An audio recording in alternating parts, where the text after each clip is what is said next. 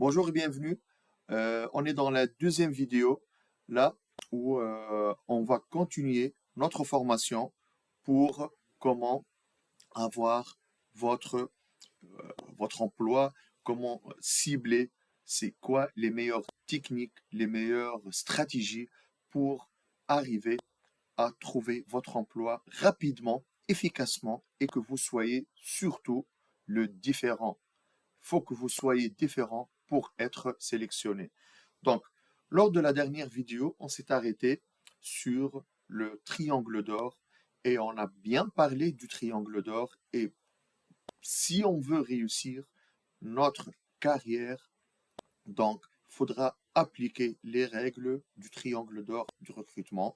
Et là, vous pouvez le voir lors de la dernière vidéo que je vais vous mettre en commentaire. Donc, n'oubliez pas de vous abonner, n'oubliez pas de commenter si vous avez des questions. Je suis ouvert à toutes questions et surtout, je vais vous laisser mes contacts pour me contacter à n'importe quel moment. Je suis là pour vous aider, pour vous faciliter. Je suis votre coach. Je veux m'approcher le maximum de vous. Alors, je vous tends ma main. Vous êtes les bienvenus tous et toutes. Bref, donc là, on va passer.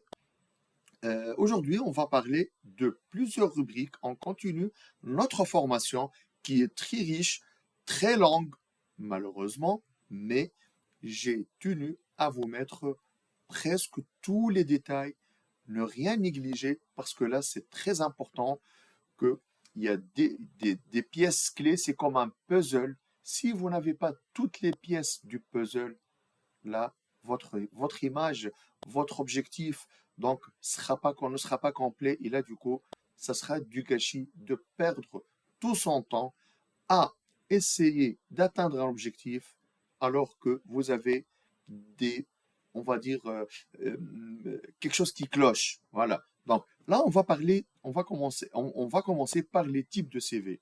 Les types de CV, on a le CV chronologique, le CV antichronologique et le CV fonctionnel, comme vous pouvez le voir donc sur le diapo. Donc le CV chronologique, c'est quoi? C'est partir de votre première formation ou expérience professionnelle et descendre dans le temps jusqu'à aujourd'hui. Ça veut dire vous commencez à citer dans, et mentionner dans votre CV là euh, du, du moins récent ou bien du plus ancien au plus récent.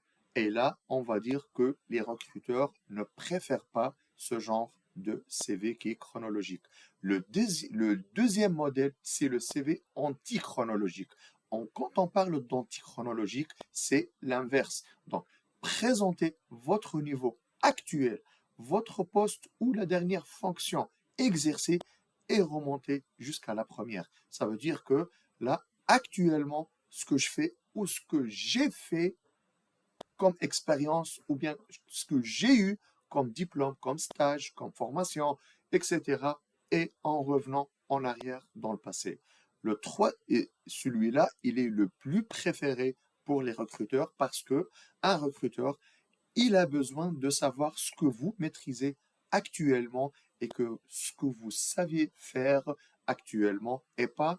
C'est vrai que il va s'intéresser à ce que vous avez parcouru tout au long de votre parcours professionnel ou académique.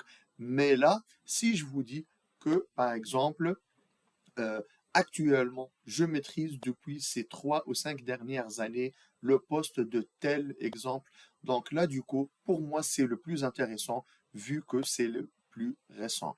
Le troisième CV, c'est le troisième fonctionnel. Le CV fonctionnel, c'est mettre en avant vos compétences tout en minimisant les répétitions. Ce que ça veut dire, ça veut dire qu'il y a des recruteurs qui préfèrent ce genre de CV fonctionnel, mais aussi, on va dire que le CV antichronologique est plus efficace. Donc, je vais vous expliquer c'est quoi le CV fonctionnel et ça marche aussi. Il y en a certains employeurs qui aiment ce genre de CV. Donc, le CV fonctionnel, c'est mettre les compétences, mettre une rubrique compétences, c'est que vous allez mettre votre nom, votre prénom, numéro de téléphone, adresse email, etc. Là, comment on peut vous contacter. Là, vous allez mettre une deuxième rubrique qui est un petit résumé professionnel. Ou bien, il faut seulement écrire résumé. Donc, résumé, et là, vous mettez tous les mots-clés de votre savoir-faire et votre savoir-être. Après, vous pouvez lister, vous pouvez faire des points, des tirets, là où vous allez mettre les points clés, par exemple, que ce soit les soft skills et les hard skills, et essayer de les organiser. Hard skills, soft skills, ça veut dire on parle de compétences comportementales et compétences professionnelles. Là, du coup, qu'est-ce qui va se passer? C'est que vous allez donner une idée sur votre profil avant même d'aller vers l'avant et lire vos expériences et lire vos parcours. Donc voilà, donc on va comprendre c'est quoi votre profil, c'est quoi vos points forts, qu'est-ce que vous maîtrisez comme logiciel, qu'est-ce que vous maîtrisez comme langue. Donc tout ce qu'il faut là, mais brièvement en 2, 3 mots, 10 petites phrases, maximum de 5, 6 mots maximum, là, pour dire, par exemple, langue maîtrisée, anglais, français, virgule, espagnol, portugais, etc.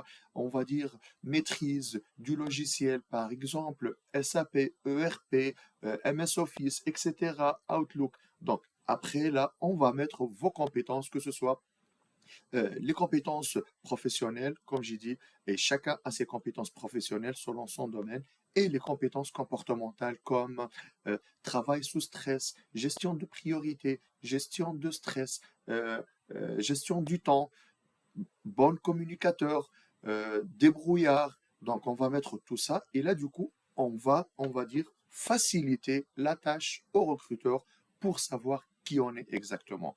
Donc ça, c'est le CV fonctionnel. Le CV médiatisé numérique, là, on est dans le monde du numérique, on est dans le monde de l'Internet, on est dans le monde du multimédia. Donc là, vous pouvez vous filmer avec une belle caméra, donc avec un beau sourire, et là, un fond derrière vous, là, qui soit neutre ou professionnel, que ce soit dans un bureau ou bien que ce soit dans votre salon, mais il faut que ce soit professionnel. Il n'y a pas que derrière vous, il y a un arrière-plan d'un arbre ou bien d'une voiture de luxe ou bien non, on n'est pas là pour faire du show, on n'est pas là pour montrer ce qu'on a, mais on est là pour montrer et mettre en avant nos compétences et nos valeurs.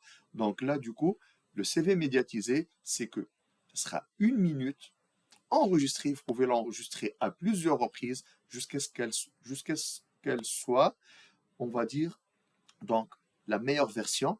Et là, vous allez la publier, que ce soit sur LinkedIn, sur Facebook.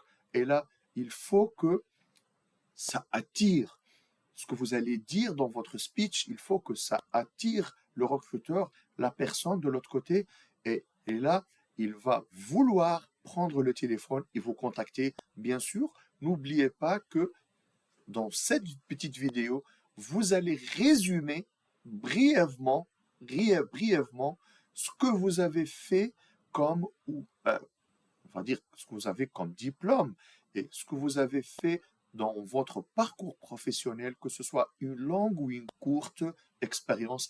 Et là, vous allez l'expliquer, mais aussi, vous pouvez vous aider, par exemple, en utilisant ChatGPT ou autre, pour, on va dire, essayer de reformuler la meilleure version qui va vous mettre et vous ajouter de la valeur ajoutée à votre profil, à votre speech, pour pouvoir attirer encore plus de recruteurs. Il faut le fasciner parce que le premier regard, la première impression, c'est la plus importante. Donc, un CV médiatisé. Et aussi, comme j'ai dit, je vais vous donner une astuce. Par exemple, si vous souhaitez, par exemple, faire votre CV médiatisé qui est standard, donc c'est pour l'utiliser pour plusieurs entreprises. Donc, je parle là d'une seule vidéo standard, là où vous allez vous décrire, vous allez mettre tout ce qu'il faut, votre profil, et vous allez la partager. Mais si vous voulez cibler, par exemple, une entreprise, là, je vous conseille de mettre, par exemple, de vous habiller, on va dire, mettre les couleurs qui existent dans le logo de l'entreprise. Comme par exemple, on parle, si le logo de cette entreprise-là, il est composé de deux couleurs, rouge et noir. Là, vous pouvez vous habiller en rouge et noir. Là, ça va donner, vous allez être remarquable et vous allez donner l'impression que vous faites partie déjà du personnel de cette entreprise-là. Donc là, on va jouer sur la psychologie. D'accord? Donc ça, c'est les types de CV qu'on peut faire et postuler avec. On passe. Donc là, comment faire un bon CV? Là, on va parler de comment faire le bon CV. Donc, le CV, comme on a dit, on a parlé dans la dernière vidéo, à quoi sert un bon CV et c'est quoi le but de faire un CV? Ça, il faut le comprendre. C'est pas un CV, c'est pas un simple document là où on va écrire, donc on va citer directement là tout ce qu'on a et après on va l'envoyer en essayant. Non, ça marche pas comme ça. Donc on l'a vu, vous pouvez le visualiser dans la précédente vidéo. Donc le CV, se démarquer des autres CV, il faut se démarquer. Donc, une mise en page professionnelle. Et là aussi, quand on parle du CV, il faut respecter les règles qu'exige chaque pays. Par exemple, ici au Canada, le CV ne doit pas comprendre et on ne doit pas mettre une photo. Donc, ça, c'est la loi, ça, c'est les règles. Par contre, si on est en France, si on est en Afrique, si on est dans un autre pays, là, c'est permis. Donc, on peut mettre notre photo, mais il faut qu'elle soit une photo professionnelle avec un léger sourire. Et là, qu'on soit bien vêtu, bah, on va dire qu'on va mettre notre photo là euh, en maillot de bain dans une plage ou bien en train de conduire ou bien en train de jouer, faire du sport. Non, il faut que ça soit professionnel. On reste toujours professionnel. Donc, deuxièmement, mettre en valeur ses compétences professionnelles. Donc, tout le monde a tes compétences. Tout le monde en a. Mais il faut les mettre en valeur. Comment on va les mettre en valeur? On va le voir très prochainement parce qu'il y a beaucoup d'astuces qu'il faut appliquer pour se démarquer et pour que votre CV soit différent des autres CV.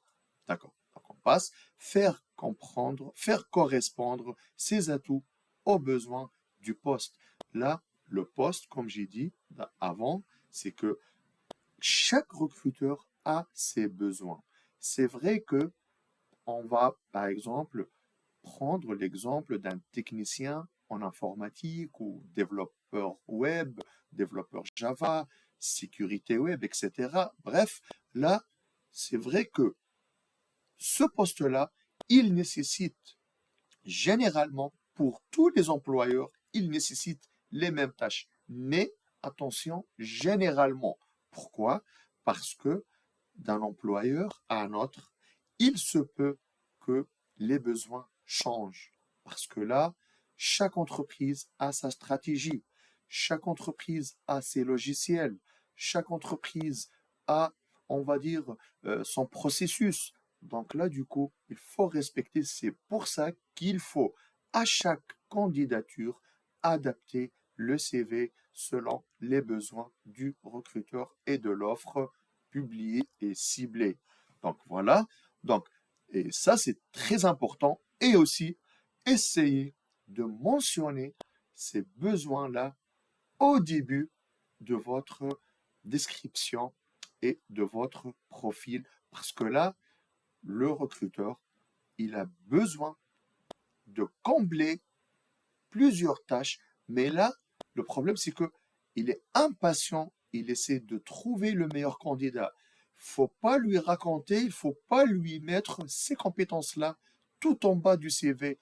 Non, peut-être que le recruteur ne va pas vous donner la chance et ne va pas aller plus loin. Au bout de 30, 40, 50 secondes, une minute max, il va lâcher, mais il n'a pas de temps. On ne sait pas dans quelle situation il est, parce que là, quand on parle de recruteur, quand on parle que ce soit de chef d'entreprise ou bien que ce soit d'un responsable ressources humaines, il n'a pas que trier les CV et choisir les candidats. Il a son travail à lui, son travail quotidien. Il a le suivi du personnel, il a le conseil d'administration, il a des réunions, il a des documents à faire chaque jour, des rapports journaliers. Donc là, du coup, cette tâche-là, qui est la tâche de sélectionner et de filtrer et de choisir le candidat, c'est une tâche, on va dire, à part, là où il va essayer de trouver le temps pour le faire parce que c'est pas quotidien.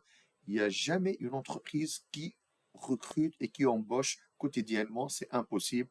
Donc là, il va essayer de se trouver pour lui, là, on va dire 30 minutes, 1 heure. Et là, dans 1 heure, il va essayer de scanner et de visualiser le maximum de CV. Donc, ce qu'il va faire, c'est que à chaque CV, à chaque profil, il va donner 1, 2 minutes, 30 secondes.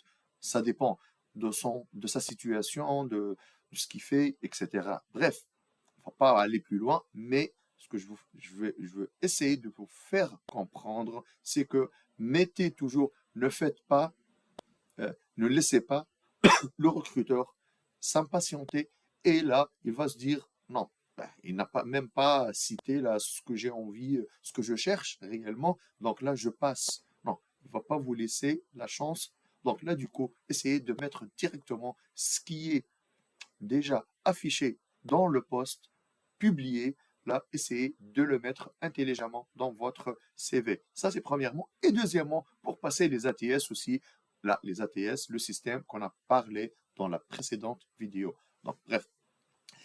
Quatrièmement, savoir vendre les participations aux différents projets, mise en place d'un système, migration, conception, lancement.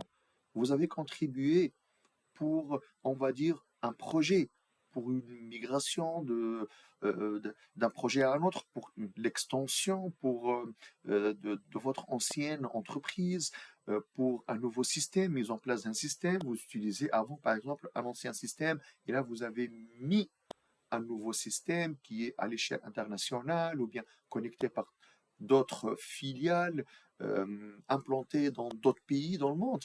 Donc là, du coup, mettez-le, c'est très important parce que là, ça va donner de la valeur ajoutée à votre profil et votre expérience. Il faut le mentionner. Même si vous n'avez pas, par exemple là, je vais ouvrir une parenthèse pour par exemple, les étudiants fraîchement diplômés, vous n'avez pas assez d'expérience. C'est pas grave. Vous avez fait un stage, vous avez fait du bénévolat. Mettez tout ça. Ça a de la valeur.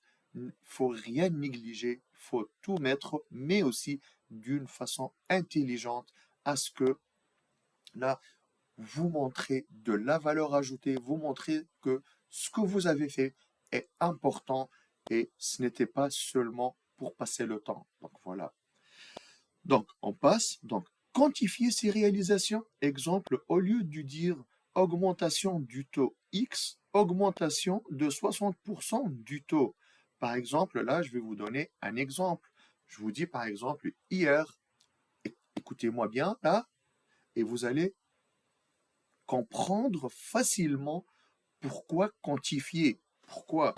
Par exemple, je vous dis, hier, j'ai lu un grand livre jusqu'au lever du soleil et après je me suis endormi.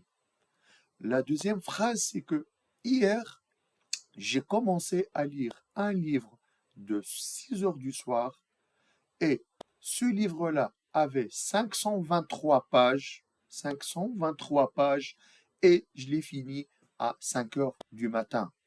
Il m'a accroché.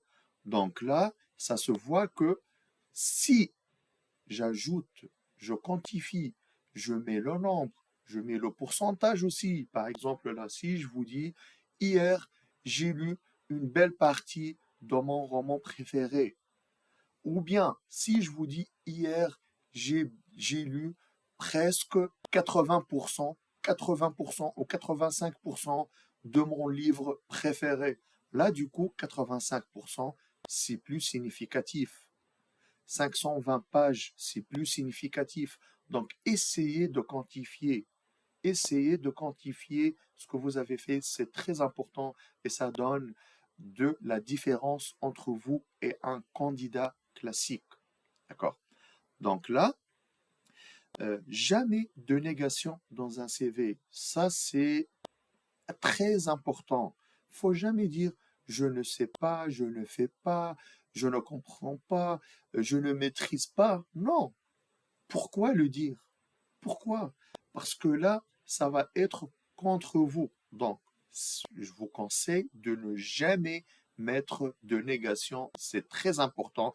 Même si vous ciblez une offre d'emploi et que vous y tenez réellement, mais malheureusement, il y a une tâche ou il y a une compétence là où vous ne pouvez pas la maîtriser, c'est pas grave, mais ne jamais écrire je ne maîtrise pas cette compétence-là ou je ne sais pas comment ou bien je vais apprendre. Là, je vais ouvrir une parenthèse aussi qui est très importante. Essayez d'éviter le maximum. Je suis, par exemple, expérimenté et diplômé et je cherche à apprendre. Le recruteur ne va pas vous recruter pour vous apprendre. Vous n'allez pas dans une école ou dans un cégep ou dans une université. Vous n'êtes pas pour apprendre. Vous êtes là pour travailler. Il faut changer cette mentalité-là. Le mot apprendre pour un recruteur, moi par exemple, en tant que recruteur, si vous me dites et je suis toujours là à apprendre, je veux apprendre, non, je ne veux pas vous embaucher, je ne veux pas passer mon temps à, on va dire, c'est vrai que je vais vous faire une passation, ça c'est sûr, pour vous montrer comment ça marche chez nous, mais là, c'est pas pour apprendre. Le mot apprendre là, non, on va dire facilité à s'adapter, facilité à comprendre, mais pas à apprendre. Apprendre là, c'est vrai, vous voulez apprendre ça, mais vous le laissez pour vous. Si vous dites à un recruteur, je veux apprendre, il n'est pas, c'est pas une école, c'est pas une université. Le temps, c'est de l'argent. Quand on parle d'entreprise, on parle de temps et on parle d'argent, on parle de productivité, on parle de rendement, on parle de chiffre d'affaires. Donc là, on n'est pas là pour vous apprendre, on n'est pas là pour vous faire comprendre, parce que normalement, je vous ai choisi parce que vous êtes le mieux qualifié à prendre ce poste. Donc voilà. Donc, ne jamais mettre de négation, ne jamais. Relire attentivement votre CV avant de l'envoyer, c'est très important. Parfois, on peut faire des fautes d'orthographe. On peut faire euh, même, par exemple, une mal structuration du CV là. Donc là, du coup, ça sert à rien de se précipiter. Relisez votre CV, relisez votre lettre de motivation. Même vous pouvez demander de l'aide à une, deux, trois personnes que vous connaissez là qui sont mieux qualifiées en langue française ou bien en langue anglaise si vous voulez faire votre CV en anglais. Donc là, du coup, essayez de trouver la personne la mieux qualifiée qui peut vous aider et vous pouvez en parler tous les deux ou tous les trois ensemble pour, on va dire, mettre à jour votre CV dans la forme idéale. Donc, 1 à 2 pages maximum sur papier format A4 en cas où le recruteur voudrait imprimer votre CV. 1 à 2 pages maximum. On va pas mettre un livre. On va pas mettre 3, 4, 5, 6. Non, non, ça marche pas. Le CV, faut que vous compreniez que c'est pas le plus important qui a le plus, on va dire, la plus longue expérience ou bien qui maîtrise. Non, c'est pas ça. Vous pouvez avoir une très longue expérience, mais pour moi, en tant que recruteur, ça m'intéresse pas tout ça. Peut-être qu'il y a des expériences qui m'intéressent même pas. Donc, mettez ce que j'ai besoin de savoir et ce qui pourra donner de la valeur ajoutée à votre profil pour ce poste. Il faut spécifier. Donc, évitez les sigles et les abréviations. Si quelqu'un m'écrit, par exemple, je maîtrise le logiciel ADW, ou bien ASC, ou bien ASS, ou bien CST, je ne vais pas chercher, moi, c'est quoi AST ou CST ou c'est... Non, non, non, non. Évitez de mettre ça, à moins que c'est déjà mentionné dans l'offre. Mais sinon, si vous maîtrisez, on va dire, vous avez une autre performance, vous maîtrisez un autre logiciel, mais là, on va pas aller à chercher, moi j'ai 50 CV à consulter, vous m'écrivez SST, CST, BWS, moi je vais chercher sur Google pour continuer à savoir. Non, je vais pas me casser la tête, ça c'est sûr. Donc là, du coup, essayez de ne pas utiliser ces sigles-là. Ou bien, si vous voulez les utiliser, malheureusement, on peut pas, il n'y a que ça. Ouvrez la parenthèse logiciel pour ou bien mettre une petite explication pour faire comprendre. Là, n'oubliez pas, vous avez affaire à un responsable ressources humaines qui n'est pas technique si vous lui parlez de machines ou bien euh, de trucs qui se passent à l'intérieur de l'industrie ou bien à l'intérieur, on parle, un responsable ressources humaines ne sait pas, ne comprend pas tout ce que vous utilisez pour la comptabilité, pour la finance, pour l'audit, pour la production, pour le laboratoire. Non, c'est pas son domaine. Donc, si vous allez lui mettre ces abréviations-là, il va rien comprendre. Il faut lui expliquer, il faut lui simplifier. C'est ça le terme exact. Bref, surtout, l'enregistrer au format PDF, parce que là, j'en ai reçu, et là, je ne veux pas vous parler de le taux important, le nombre important que j'ai reçu de CV sous format Word, mais qui est là, une fois, là, parfois je reçois ces CV-là, et là, du coup, vu qu'on n'a pas parfois la même version de Microsoft Word, donc là, ce qu'il voit de son côté, son CV est bien organisé, moi je le reçois et je l'ouvre, ça devient là tout mélangé parce qu'on n'a pas la même version. Donc, il est toujours préférable et impératif d'envoyer votre CV au format PDF. Donc, les règles d'or aussi, faut pas oublier que le CV, c'est toujours, il faut être sincère, faut pas mentir, ça c'est très important. Donc, on passe ce que doit contenir un CV. C'est très important là. Donc, le CV, il doit contenir votre identité. Donc, on parle de données personnelles, on parle du titre de CV. J'en ai fait plusieurs vidéos en parlant du titre de CV. Est-ce que vous avez déjà lu un livre sans titre? Est-ce que vous avez déjà vu un film sans titre? Jamais, jamais, jamais. Donc là, un titre de CV, moi, en tant que recruteur, par exemple, si vous m'envoyez un CV sans titre, et moi, j'ai besoin de 3 ou 4 postes. Je cherche quelqu'un dans la sécurité, quelqu'un dans l'informatique, un comptable et quelqu'un à la production. Et là, vous allez m'envoyer votre CV sans titre. Où est-ce que je vais le classer? Déjà, pour commencer, à première vue, déjà, vous commencez, excusez-moi, à m'énerver, à me faire perdre mon temps, parce que là, vous êtes où là? Il faut que je lise tout le CV, il faut que je commence à comprendre. Et là, du coup, non, ça marche pas comme ça. Donc, toujours se mettre à la place d'un recruteur qui est stressé, qui n'a pas de temps, qui veut faire vite. Donc là, faire un titre, toujours mettre un titre du CV et de préférence, toujours mettre le même titre qui est déjà publié et affiché sur l'offre d'emploi. Donc, les coordonnées, prénom, nom, adresse, numéro de téléphone, c'est très important, adresse email, lien des réseaux professionnels, si vous en avez, et c'est très important, profil LinkedIn. Donc là, ça va donner encore plus si le recruteur est intéressé par votre profil, il va essayer d'en savoir davantage sur vous. Les compétences techniques, sachez mettre en avant vos compétences clés, maîtrise complète et réelle. Donc, c'est clair, et celles que vous souhaitez mettre en œuvre dans votre prochain poste. Ça veut dire que là, voilà ce que je maîtrise et voilà ce que je peux offrir pour ce poste-là. Ce poste-là nécessite les tâches 1, 2, 3, 4 et moi, je pourrais offrir les tâches 1, 2, 3, 4.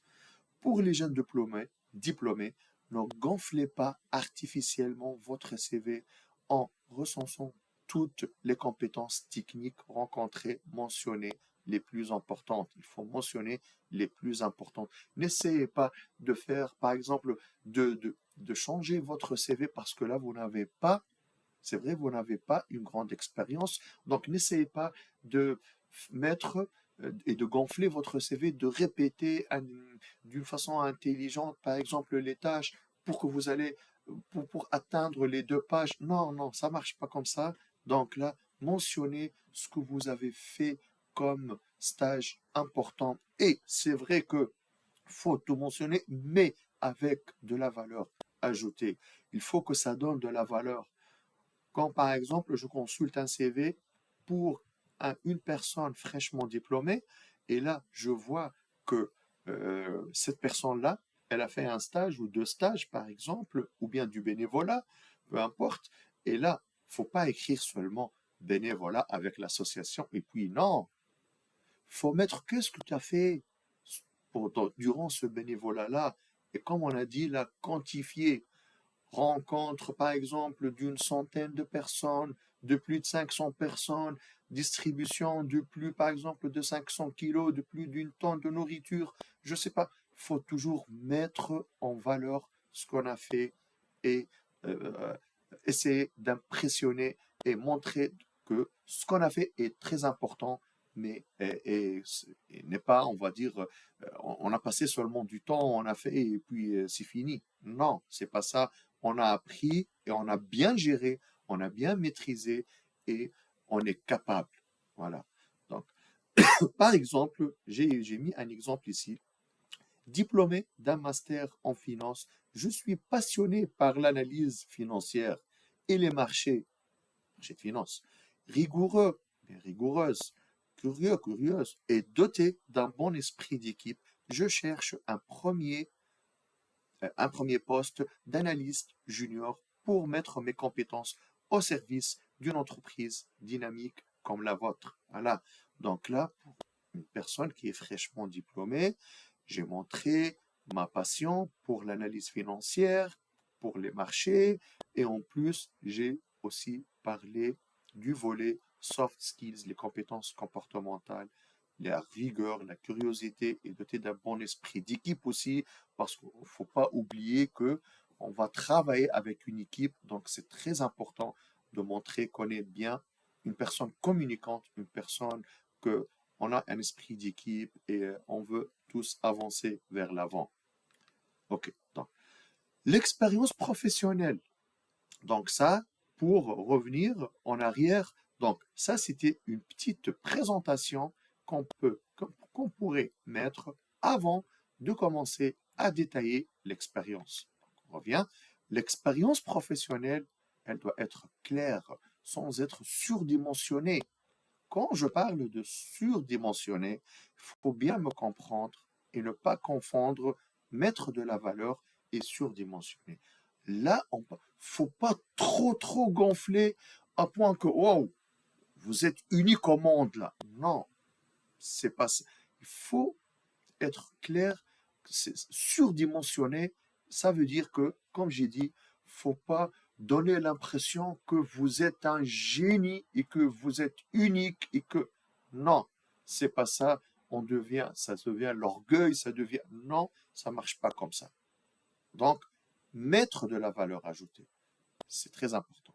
Exemple, directeur en marketing du mai 99 en décembre 2004 avec la société X, février 2003 à octobre 2004, responsable marketing et de vente. Donc là, on parle de l'expérience, on met la date, le mois et l'année, et on met aussi la société ou bien l'entreprise.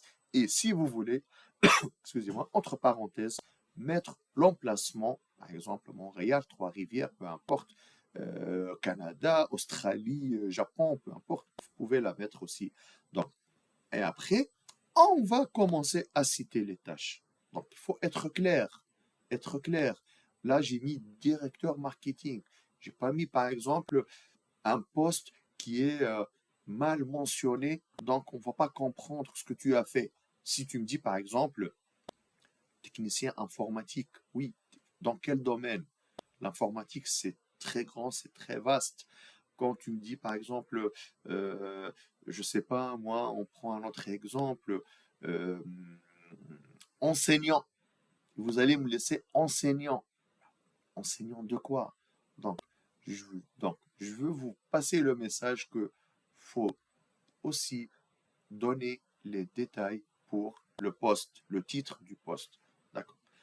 Donc, donnez les détails de vos responsabilités. Là, je viens de vous dire les détails et n'oubliez pas de mettre en avant et en premier ce que le poste a affiché. Après, on passe au secondaire.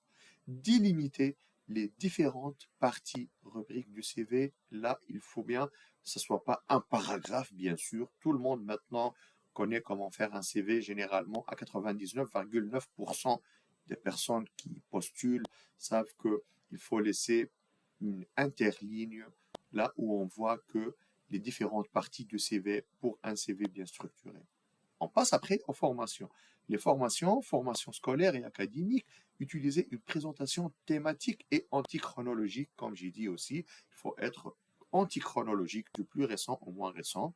Après, il y a les langues étrangères. Éviter les mentions lu, écrit, parlé. Utilisez plutôt courant, bilingue ou intermédiaire. Et évitez aussi les étoiles. Il y en a plusieurs qui mettent des étoiles ou bien une barre là, ils vont la mettre aux trois quarts ou bien juste vont laisser un petit peu. Mais comment vous connaissez là? Comment vous avez noté que vous. Pourquoi mettre 4 étoiles, 4 sur 5 et pas 3 sur 5 et pas 2 sur 5 et pas 5 sur 5? Pourquoi? Donc là, aussi ces étoiles-là, peut-être pour les ATS, ils ne vont pas les comprendre. Donc, ça sera du mélange. Donc, ce n'est pas dans votre faveur. Donc, ce que je vous conseille de faire, c'est que au lieu de mettre tout ça, plutôt le résumer en courant, bilingue, intermédiaire, débutant, niveau scolaire. Donc, ce serait mieux. Là, on comprend mieux c'est quoi votre niveau en langue. Donc, compétences informatiques, essayez de mentionner ce que l'employeur recherche. Comme j'ai dit là, je peux vous citer, il y a des personnes qui maîtrisent une centaine de logiciels là, ou bien on parle de l'intelligence artificielle, il y en a des centaines d'outils là, des outils pour faire le son, des outils pour faire les images, pour création de vidéos, pour des affiches, etc., pour les publicités, les montages vidéo. Donc il y en a des centaines et des milliers, on ne va pas tous les mettre. Non, le recruteur, là, il a besoin de voir seulement les logiciels dont il a besoin. Si vous voulez en ajouter max deux logiciels de plus, mais sinon, là, on ne va pas citer une cinquantaine ou une soixantaine. Donc, c'est logique. Donc, les occupations extra-professionnelles, c'est très important. Moi, je vous dis, là, j'en ai vu de toutes les couleurs. Faut que vous me compreniez.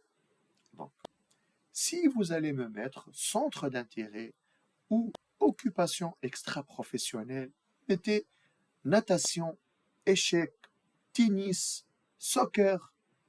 Mais moi, qu'est-ce que j'en ai à faire avec une personne qui sait nager, qui va, qui va nager dans une piscine? Qu'est-ce qui va m'apporter de plus? Si vous jouez aux échecs, si vous faites du vélo, pour moi, je cherche quelqu'un, par exemple, qui va travailler en tant que technicien de laboratoire. Vous me dites centre d'intérêt natation. Vous n'allez pas nager. J'ai pas une piscine dans le laboratoire, moi. J'ai pas un terrain de tennis dans le laboratoire. Vous voulez montrer que vous êtes sportif? Oui, d'accord. Mais ça m'intéresse pas. Parce que même un candidat qui fait pas du sport, je vais l'embaucher. Donc là, ce que vous devriez mettre, c'est des intérêts qui sont liés à l'offre d'emploi. C'est très important.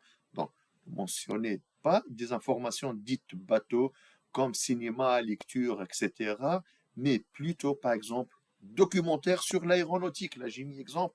Là, vous allez un poste de laboratoire euh, pour fabrication de médicaments, par exemple. Là, vous allez, par exemple, passionné par des magazines, si vous allez, ou des articles web sur la fabrication, je ne sais pas, vous pouvez chercher sur Google, vous pouvez même vous informer sur les sites web, sur les magazines web qui parlent sur les documentaires. On peut mettre passionné de documentaires pour la fabrication technologique ultramoderne, par exemple, pour les médicaments, pour tout ce qui est, on va dire, viral, pour tout ce qui est médecine, bref, quelque chose qui a une liaison. Et là, le message est clair. On veut montrer que on est professionnel, on est très professionnel durant nos 8 heures ou nos 10 heures ou nos 12 heures de travail, peu importe, pendant la journée. Et aussi, les occupations à l'extérieur. On est intéressé à lire des livres, à lire des magazines, à chercher sur le web, à voir YouTube, peu importe là, mais dans notre domaine, pour pouvoir évoluer, pour être toujours à jour. Donc, c'est très important. Donc, plus vos loisirs ou occupations ont un lien avec l'offre, plus vous aurez de la chance. C'est très important. Vous êtes 2 candidats. Le premier, c'est jouer au soccer, c'est jouer au basketball. Le deuxième s'intéresse à son domaine. Il est en train de chercher, il est en train de lire, de suivre ce qui se passe dans ce monde-là. Il est à jour des procédés, il est à jour des machines, il est à jour de la technologie, il est à jour des informations, de ce qui se passe. Donc là, pour moi, en tant que recruteur, là, je veux dire, le deuxième, il est plus important pour moi. Pourquoi? Parce que une fois que je voudrais mettre en place une mise à jour, ou bien si on parle techniquement, on parle de ce qui se passe avec nos concurrents dans le monde. Donc là, du coup, il va comprendre. Mais là, une autre personne qui n'a aucune connaissance de ce qui se passe à l'extérieur, il est focusé, il est concentré seulement. Il fait son job 8 heures et il sort. Donc c'est comme un robot, on va dire. Pour moi, il n'est pas très intéressant. Donc je vais opter pour la personne qui est encore plus intéressée à euh, évoluer et à chercher ce qui se passe autour de lui dans son domaine. Donc voilà. Donc on passe. Donc le CV numérique. Le CV numérique, quand on en parlait, donc le quatrième modèle, on a cité au début de la vidéo, donc le CV numérique, rédiger un script de 2 minutes. 2 minutes, c'est largement suffisant. Il faut s'entraîner. La première étape est de rédiger le script. Le contenu du message audio devra être concis et bref. La candidature vidéo doit durer environ 2 minutes, max. Max 2 minutes. Pourquoi? On n'est pas là pour raconter notre vie dans 30 minutes. Non, le recruteur n'a pas que ça à faire. Donc, 2 minutes. Vous pouvez mettre ce lien, par exemple. Voilà une idée. Ce lien-là, vous pouvez mettre votre vidéo en ligne et vous pouvez mettre le lien de la vidéo là, si vous, sur votre CV ou bien votre lettre de motivation, si vous voulez en savoir davantage, voici le lien d'une petite vidéo ou bien d'une vidéo là où je parle, on va dire, de moi ou bien ou là où je me présente. Donc là, c'est très important de connaître la personne qui a déjà rédigé, qui est derrière ce CV-là. Donc, pour les recruteurs qui sont très curieux, ils vont directement cliquer sur la vidéo, ça c'est sûr, sur le lien. Pour cela, écrivez sur une feuille les renseignements essentiels à aborder. Comme j'ai dit là, vous n'avez que 2 minutes. Il faut aller à fond. Donc, une présentation, prénom, nom, région, pas plus. Il ne faut pas aller quel âge, je ne sais pas, et des données là qui vont rien servir. Pourquoi nom et prénom? Nom et prénom, ça c'est sûr, pour lier votre vidéo à votre profil, à votre CV et la région seulement. Là, la région, je suis de Langueux, je suis de Montréal, je suis actuellement à, parce que là, le recruteur, si un recruteur qui est par exemple très loin de chez vous, là, il ne va pas continuer, il ne va pas être intéressé. Mais si, au contraire, une personne, là, un recruteur qui a vu votre vidéo, un recruteur qui a vu votre vidéo. Là, vous êtes à Montréal, vous êtes à Québec-Ville, vous êtes peu importe, et vous êtes à Trois-Rivières, vous êtes à Saint-Hyacinthe, peu importe. Là, et lui, il est de la même région. Donc là, du coup, vous lui donnez la chance. Ah, voilà, tiens, ça c'est un candidat là de la même région, très important, c'est très intéressant, je vais continuer, et je vais voir, ça m'intéresse. Donc, les expériences professionnelles, emploi, stage, formation, j'ai fait, voilà, j'ai travaillé en tant que pendant, je maîtrise vite fait là, vite fait, 2 minutes, vous pouvez le faire. Donc, mais il ne faut pas aussi citer, non, il faut aller, on va dire, parler clairement. Et le cursus scolaire, diplômé de, je sais pas, faut pas besoin de mettre l'année, par exemple, ici, les années et les dates et les mois. Et si vous avez réussi votre diplôme, on va dire, avec mention bien, mention... Non, non, non, pas besoin, pas besoin. Il faut juste aller brièvement. Donc, les compétences comportementales orientées sur le poste à pouvoir, là, je vous ai dit, c'est pourquoi que ce serait toujours mieux si, bon, je vais vous dire un truc. Un employeur, il a affiché une offre d'emploi. Cette offre d'emploi-là, qui vient d'afficher, elle ne va pas directement être supprimée là dans 30 minutes. C'est impossible. C'est impossible. On en parle là de une semaine, 3 jours, 2 jours max. S'il a reçu là un nombre important de candidatures, donc il va arrêter directement, il va retirer l'offre, ou bien s'il a déjà payé pour cette offre-là, donc elle va être diffusée même si le poste a déjà... Donc, généralement, euh, le recruteur, il va pas directement supprimer l'offre publiée. Donc, vous avez le temps de faire votre montage, votre beau montage avec une qualité supérieure pour impressionner le recruteur.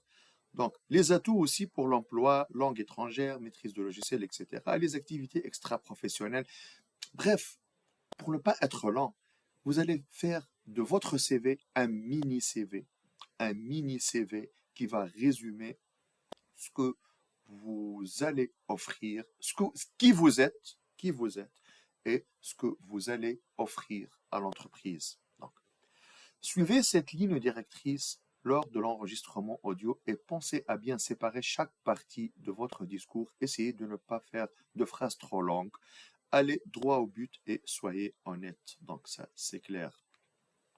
Donc, étape 2, réaliser le tournage du CV vidéo. Donc la qualité de l'image, elle doit être primordialement, elle doit être bonne pour DVC. Utiliser un micro-cravate si vous avez, ou un smartphone avec une caméra et une bonne résolution, etc. Donc là, on ne va pas aller pour les détails, mais généralement, c'est tout ça pour résumer que soyez décontractés. Le cadrage est aussi très important. Positionnez-vous au centre de l'écran, pas à gauche, pas à droite. On vous voit mais la partie supérieure, on va dire, du niveau droit. Regardez à l'objectif. Donc, en fonction de votre cible d'emploi, recherchez, optez pour une tenue plus formelle et plus décontractée. Euh, Communiquez de façon positive vos motivations, soyez confiant et à l'aise, exprimez-vous clairement. Donc tout ça, on l'a dit. Bref, si la vidéo vous plaît, alors vous pouvez la diffuser. Si la vidéo ne vous plaît pas, il faut la supprimer et passer et essayer d'en refaire une autre et une autre et une autre.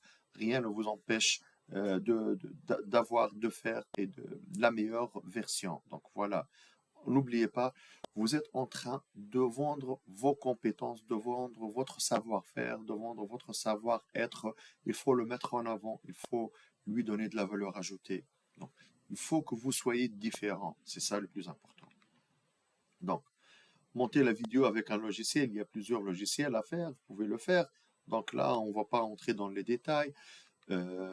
Diffuser le message vidéo. Donc là, comme j'ai dit, vous pouvez le mettre sur Google Drive, Dropbox ou bien peu importe, là en ligne, et vous pouvez, ou bien sur votre réseau, donc sur votre page, que ce soit page ou profil de votre réseau, et là, mettre le lien pour qu'il soit consultable, qu'on peut le consulter, bien sûr, si on est qu'on fait partie de vos amis ou bien qu'on ne fait pas partie, là, que ce soit.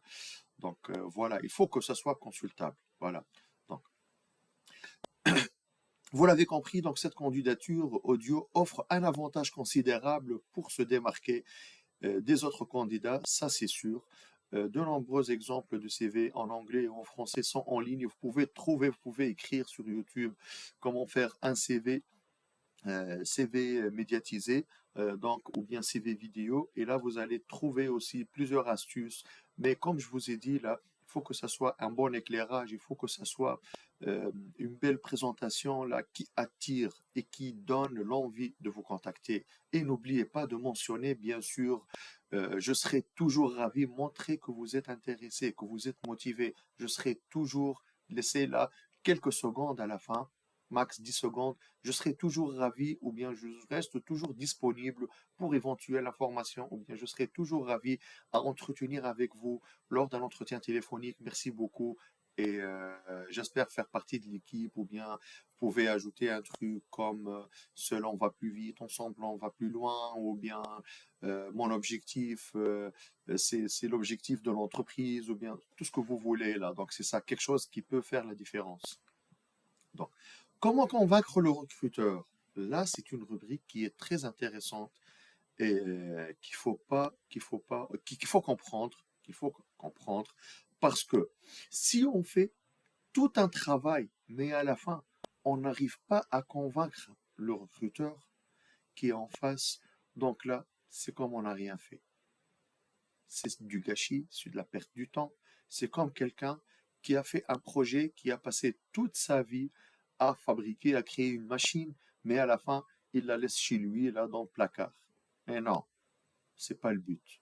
Donc voilà, donc là, pour la 5e rubrique, on va la voir dans la prochaine vidéo. Restez à l'affût, abonnez-vous, euh, likez, commentez. Je suis toujours ouvert à vos commentaires et surtout, n'oubliez pas, comme je vous ai promis, normalement, à chaque semaine, si je suis toujours en bonne santé, ce que je l'espère, eh bien, pour vous aussi, là, vous allez avoir la prochaine vidéo, là où on va continuer notre cours pour, à la fin, faire de vous la meilleure version et faire de vous la personne parfaite. Personne n'est parfait, mais parfaite pour le poste. Donc voilà, merci beaucoup. Et comme je vous ai dit, n'oubliez pas de vous abonner, n'oubliez pas de commenter, n'oubliez pas de partager et on se voit à la prochaine vidéo. Merci et je vous souhaite une très belle journée. Au revoir.